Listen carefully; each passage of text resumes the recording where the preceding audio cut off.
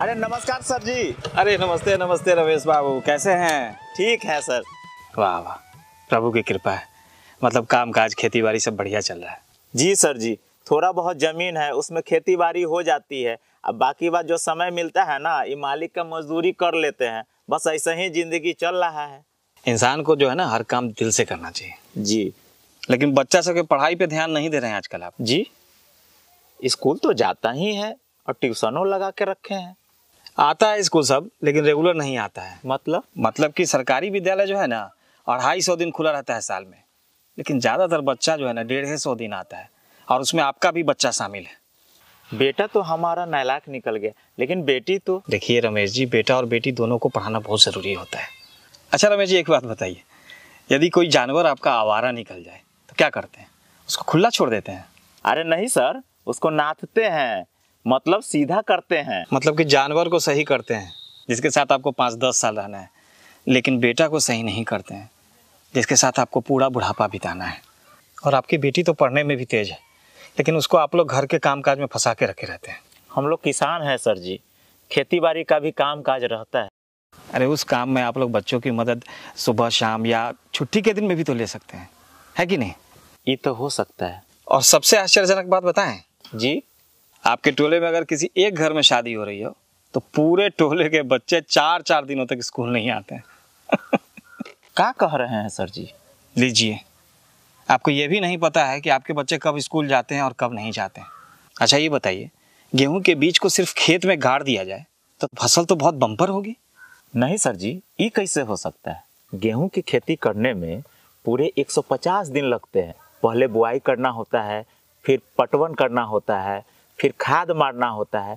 पूरा सेवा करने के बाद फसल होती है।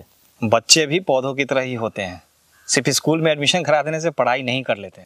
आपको ये व्यवस्था करनी पड़ती है कि वो रेगुलर स्कूल जाएं, उनके पास किताबें हों, पोशाक हों, और वो घर पे भी सुबह शाम पढ़ाई करें, तब जा कर के उनकी पढ़ाई कंप्लीट होगी। नहीं तो आधे अधूरे तैयार फसलों की तरह उनकी पढ़ाई भी आधी अधूरी रह जाएगी। वो तो ठीक है सर जी, लेकिन हम सोचते हैं कि न रोज जाएगा तो कहियो कहियो चल जाएगा, यही कुछ सीख जाएगा। आप समझे नहीं रमेश जी। अच्छा ये बताइए कि यदि किसी बच्चे को पहले 1 से 20 तक का गिनती सिखाया जाए और फिर सीधा 80 से 90 का गिनती सिखाया जाए, या पहले 2-3 का पहाड़ा सिखा दिया जाए और फिर सीधा 17-18 का पहाड़ा सिखाया जाए, तब तो बच्चा गणित में पंडित हो जाएगा, है ना? ये कैसे होगा सर जी? जी ठीक उसी तरह यदि बच्चे 2 दिन स्कूल आएंगे और 2 दिन नहीं आएंगे तो उनकी पढ़ाई पूरी तरह से नहीं हो पाएगी, क्योंकि वो आधा एक पार्ट का पढ़ेंगे तो आधा दूसरे पार्ट का पढ़ेंगे। इसीलिए तो हम ट्यूशनों लगा रखे हैं। अच्छा ये बताइए, 8 कट्ठा खेत को पटाने के लिए कितना देर पंपिंग सेट चलाना पड़ेगा? वही 3-4 घंटा। यदि 1 घंटा पंपिंग सेट चलाएं तब तक खेत एकदम पूरा पट जाएगा, फसल बम्पर हो जाएगा, है ना? क्या कह रहे हैं सर जी? फसलें नहीं होगा। जी ठीक यही बात ट्यूशन पे भी लागू होती है। ट्यूशन सिर्फ 1 घंटे का होता है, जिसमें स्कूल में पढ़ी हुई बात का रिवीजन हो सकता है, लेकिन स्कूल जो होता है वो 7 घंटे का होता है। उसमें हर विषय की अलग अलग घंटी होती है, अलग अलग शिक्षक होते हैं, हर पाठ को बहुत ध्यान से धीरे धीरे करके पढ़ाया जाता है, तब जा करके बच्चे को समझ में आता है। लेकिन उसके लिए बच्चे को स्कूल रेगुलर आना होता है। सॉरी, लगता है कि हम आपको भाषण दे दे करके बोर कर दिए, है ना? अरे नहीं सर जी, आपने तो मेरी आंखें खोल दी। जब हम लोग अपना पालतू पशु पौधों सबका इतना ख्याल रखते हैं तो अपने बच्चों का ख्याल क्यों नहीं रखेंगे? वैसे कहते हैं ना सर जी कि पूत सपूत तका धन संचय और पूत कपूत तका धन संचय। बहुत बहुत धन्यवाद सर जी।